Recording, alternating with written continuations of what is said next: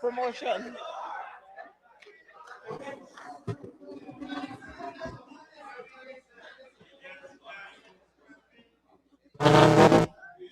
Honorable Member Mr. McCoy, the Speaker did give permission to, I like the color.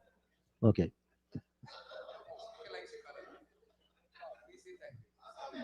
Thank you, Mr. Speaker.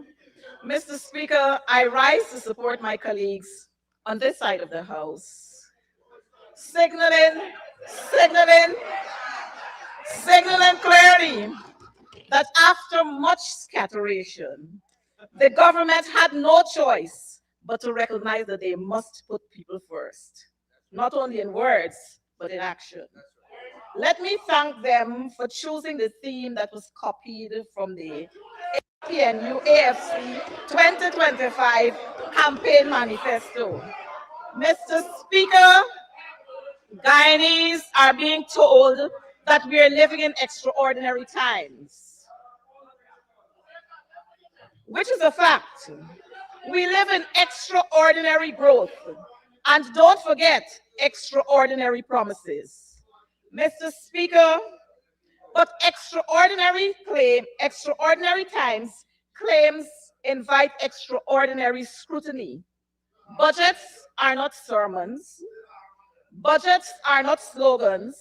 They're not reassurance exercises. They are instruments of governance. And governance must be judged not by intention, but by effect. Today, Mr. Speaker, education when ambition outruns execution. Mr. Speaker, education once again commands an impressive allocation. We have become very fluent in impressive allocations. They just roll out of the tongue with ease. But Mr. Speaker, the data from the budget estimate tells a sobering story. Between 2021 and 2025, the total national budget expenditure expanded dramatically, yet education's share of that expansion declined in proportional terms. In 2021, total central government expenditure stood at approximately $383 billion, while the Education Ministry's allotment was merely $7.9 billion, representing just over 2% of the total expenditure. By 2023, the total expenditure had risen approximately to $781 billion, yet the Ministry of Education's allotment increased only by $14.1 billion, still under 2% of the total expenditure. In 2024, Mr. Speaker, the total expenditure crossed $1 trillion, while education rose to $18.2 billion, again remaining below 2% of the total expenditure. In the 2025 budget, education subventions and grants reached approximately $29.6 billion, while the total expenditure exceeded $1.38 trillion, keeping education roughly at 2.1% of the total spending position. Mr. Speaker, these numbers demonstrate that while education spending has increased in absolute terms, it has failed to keep pace with the growth of the national budget. The result is that education is not being prioritized, despite repeated claims to the contrary. But, Mr. Speaker, after years and years of expanding the education budget, the country is entitled to ask a question that is simple and uncomfortable. Why do these outcomes still lag behind the expenditure? This is not hostility to investment, it is respect for public monies.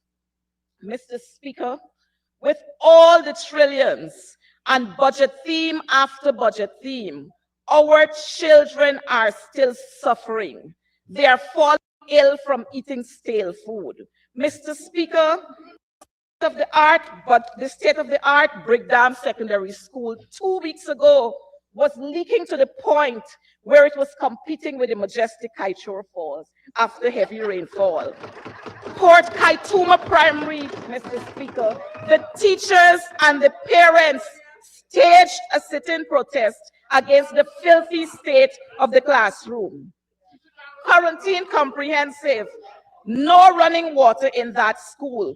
Toilets could not be flushed, and no electricity in the grade 7 and 8 blocks. Yet we talk about putting people first. Parapet Harmony Primary. The parents and teachers at that school refused to allow their children to sit in classrooms that were not safe for them while construction was being done.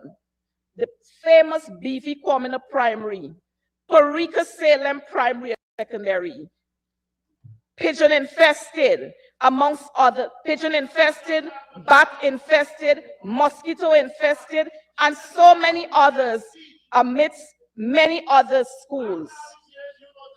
Work at the North Rumbelt Secondary School, Mr. Speaker, are still being completed. This joins a long list of incomplete schools. What is worse, Mr. Speaker, is that some of these contractors have already received their full payment. Mr. Speaker, with all the trillions being budgeted for, very little is meeting the masses. As we have seen in reports stating that 58% of our people live in poverty and 32% of our people live in abject poverty. This makes it clear that all these trillions that have been dumped, have been dumped into chocolate factories, producing mansions in Florida and here locally, spitting out SUVs, pool houses, and apartment buildings not owned by the masses, but are owned by the corrupt few, their families, friends, and favorites. Mr. Speaker, teachers are crying out for better salaries, safe working environments, and educational policies that are geared to mold our children, but again, failed promises and copy and paste policies. Mr. Speaker, parents are bawling for safe schools for their children, not environment where children are exposed to lewd, gyrating, and inappropriate behaviors as have been seen in videos that have gone viral. So the trillions, as indicated, will not save Guyana and will not reach the masses. What we need is competence. What we need is honesty. What we need is decency and people with hearts of love and care, not copy and paste slogans. So, Mr. Speaker, if education is not first, then the future will be last. Mr. Speaker, the implementation paradox. Across electronic media, print commentary, and professional discussions, one theme dominates the education conversation: the persistent gap between policy announcements and the classroom reality. Mr. Speaker, there has been announcement of reform, but uneven delivery persists. We announce modernization, but operational basics still fail too often. We announce transformation, but ask teachers to absorb the cost silently. Mr. Speaker, this is not a mystery. It is a management problem. And what makes it particularly striking is this: when the government previously sat on the opposition benches, it articulated this very same issue with precision and passion. It demanded value for money, timelines, performance indicators, and accountability. Mr. Speaker, those arguments were correct then. They remain correct now. What has changed is not the logic, but the responsibility. Teachers, the system's shock absorbers. Mr. Speaker, no serious education system would treat its teachers as an afterthought. Yet too often, policy designs assumes unlimited resilience from a finite workforce. Teachers are asked to manage expanding curricula, new technologies, growing social challenges, and rising expectations, often simultaneously and without proportionate system support. Mr. Speaker, the public discourse reflects this clearly, and the question about deployment, workload, professional development, and retention are not ideological, they are operational. An education budget, Mr. Speaker, that cannot demonstrate with clarity that the teaching profession is being stabilized rather than stretched is a budget that postpones its own success. Mr. Speaker, the education estimates also reveal that teacher compensation and instructional quality have not been the primary beneficiaries of increased allocations. Mr. Speaker, this explains why teachers remain underpaid, overworked, and unsupported even as expectations rise. Infrastructure visibility versus functionality. By comparison, Mr. Speaker, infrastructure-heavy sectors have absorbed a rapidly expanding share of national resources. Capital expenditure rose from approximately 123.6 billion in 2021 to over 400 billion by 2024, with transport and public works accounting for the single largest increases year after year. Mr. Speaker, infrastructure has become the most visible symbol of education investment. Visibility, however, is not functionality. A building is not a school simply because it exists. It becomes a school when it is staffed, maintained, equipped, safe, and integrated into a learning system.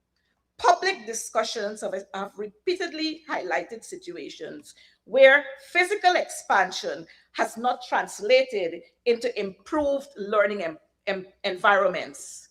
This, Mr. Speaker, is a sick pattern, and patterns demand correction, not celebration. Mr. Speaker, learning materials, the quiet architecture of inequality. Mr. Speaker, CARICOM states such as Barbados, Trinidad and Tobago, Jamaica, and others have consistently outperformed Guyana, not because they spend more in absolute dollars, but because they allocate 15 and 20% of the total budget expenditure to education, compared to Guyana's 2%. This disparity helps to explain why Guyana continued to lag behind our regional peers in the CSEC pass rates, particularly in the core subjects such as mathematics and English. This gap is reflected in uneven literacy outcomes, declining discipline in schools, and persistent disparities between urban and rural education. Mr. Speaker, textbooks and learning materials randomly dominate headlines, but they dominate outcomes. Where distribution falters, inequality deepens. Families with means compensate, while families without means are left behind. This is how inequality becomes systemic rather than accidental. Budget credibility, therefore, depends not only on what is procured, but on what reliably reaches our classrooms. Mr. Speaker, again, capital and infrastructure expenditure has grown at a faster rate over the same period, absorbing a dominant share of the budgetary expansion. Budgets are growing, Mr. Speaker, but classrooms are not improving at the same pace. Mr. Speaker, modern Caribbean education systems are now centered on smart classrooms, universal student access to laptops or tablets, strong digital connectivity, and well-paid, professionally supported teachers. These investments are deeply linked to improve the learning outcomes. In Guyana, however, too many schools still lack reliable electricity, water, sanitation, and basic maintenance. One cannot credibly speak of digital transformation when foundational learning conditions remain unmet. Mr. Speaker, increased spending alone has not translated into improved educational outcomes. If it had to be, we would have seen cleaner classrooms, safer learning environments, improved attendance, stronger discipline, and better examination results. Instead, the same structural problems persist year after year despite regular allocations. Mr. Speaker, Guyana is now an oil producing state, and this reality demands a strategic shift in education policy. An oil producing economy requires strong technical and vocational education, not just general instructions. These must be deliberate investments in engineering technicians, construction inspectors, survey technicians, and skilled trades alongside cutting edge information technology, data, science, and artificial intelligence skills. These are essential to building capacity so that Guyanese can design, supervise, maintain, and audit national projects rather than relying indefinitely on external expertise. Mr. Speaker, until education is treated merely not as a line item, but as the central pillar of national development, increased budgets will continue to yield disappointing outcomes. If education is not first, Mr. Speaker, the future will be last. Mr. Speaker, labor, growth without protection is not development. Mr. Speaker, this imbalance is particularly dangerous in an oil-producing economy. From 2021 to 2025, Guyana spent over $4 trillion, yet there is no corresponding investment strategy to build the human capital required to manage, supervise, and audit that spending. The estimates, Mr. Speaker, show limited and fragmented funding for engineering technicians, construction inspectors, and advanced technical training, even as capital projects multiply. Mr. Speaker, without deliberate investment in technical education, IT, and emerging AI-driven skills, Guyana's capacity will remain weak and the value will continue to leak out of the country.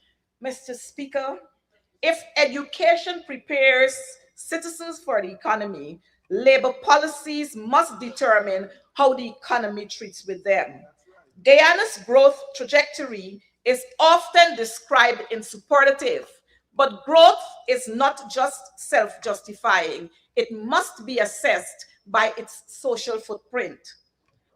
Labor discourse, Mr. Speaker, today is not abstract. It is immensely practical.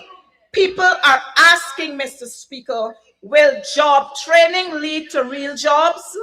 Will wages keep pace with living costs? Will workplaces be safe and regulated? Mr. Speaker, skill development certificates versus careers. Mr. For you Speaker, to continue along that career path, you need an extension. Mr. Speaker, I move for the honourable member to be given 5 minutes to complete her presentation. Thank you. Honorable member, you may continue to conclude. Mr. Speaker, a matured economy protects its workers not because it is charitable, but because it is rational. Mr. Speaker, the opposition's role in intellectual governance. It is the duty of the opposition not to echo optimism, but to discuss it. We are here to interrogate assumptions, expose gaps, and insist on evidence. We are here to distinguish ambition from achievement. We are here to remind the country that confidence without competence is noise. Mr. Speaker, this is why budgets must be accompanied by delivery frameworks, performance measures, and transparent reporting. Without these accountability, budgets become optional. Mr. Speaker, Guyana's opportunity is real. So is the danger of confusing momentum with mastery. Education must deliver learning, not just participation. Mr. Speaker, labor policy must deliver dignity, not just opportunity. Budgets must deliver results, not just reassurance. This opposition will not support what works. We will challenge what drifts, and we will not allow national ambition to outrun institutional capacity. Mr. Speaker, the Honorable Minister of Finance stated that the budget is about building human capital for the future. Yet the estimates show that education's share of spending has remained largely flat, while infrastructure allocations have surged. The numbers do not support. Mr. Speaker, development is not what dazzles in this chamber.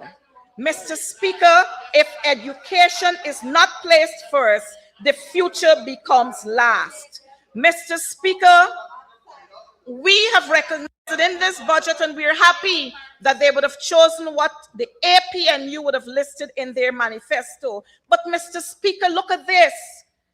In the budget, it says $85,000 per child. And when we break that down, Mr. Speaker, $60,000 on the cash grant is equivalent to $5,000 per month. Tell me, Mr. Speaker, is that able to maintain a child for one whole month? Mr. Speaker, the $25,000 transportation is equivalent to $2-point-something thousand, and when divided further, it is equal to $104, which is not even equivalent to one bus fare. Mr. Speaker, the government seeks to put people first, but when we look at what is happening, there is nothing about putting people first. It's only about putting themselves first. Mr. Speaker, a national budget cannot diversify or compete with the work of education work. May I remind us all, Mr. Speaker, classroom shapes the workforce. Mr. Speaker, if this government is serious about putting our children and teachers first, the answer is no. Mr. Speaker, when schools lack guidance, systems, and safe environments, social breakdown follows.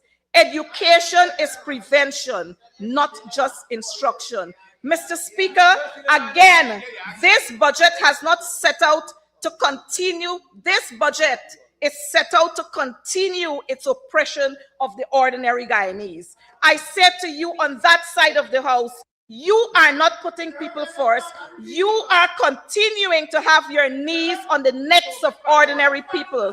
Mr. Speaker, this budget has once again highlighted a national disgrace for this nation in the eyes of our Caribbean colleagues. This budget, Mr. Speaker, is about fluff, it's short, and it definitely is not putting people first. Mr. Speaker, and on that note, we will not support this budget in its form. Mr. Speaker, putting people first means putting people in every aspect. Putting people first means inclusivity. Putting people first means we must be able to enjoy equal benefits like every other Guyanese. I thank you.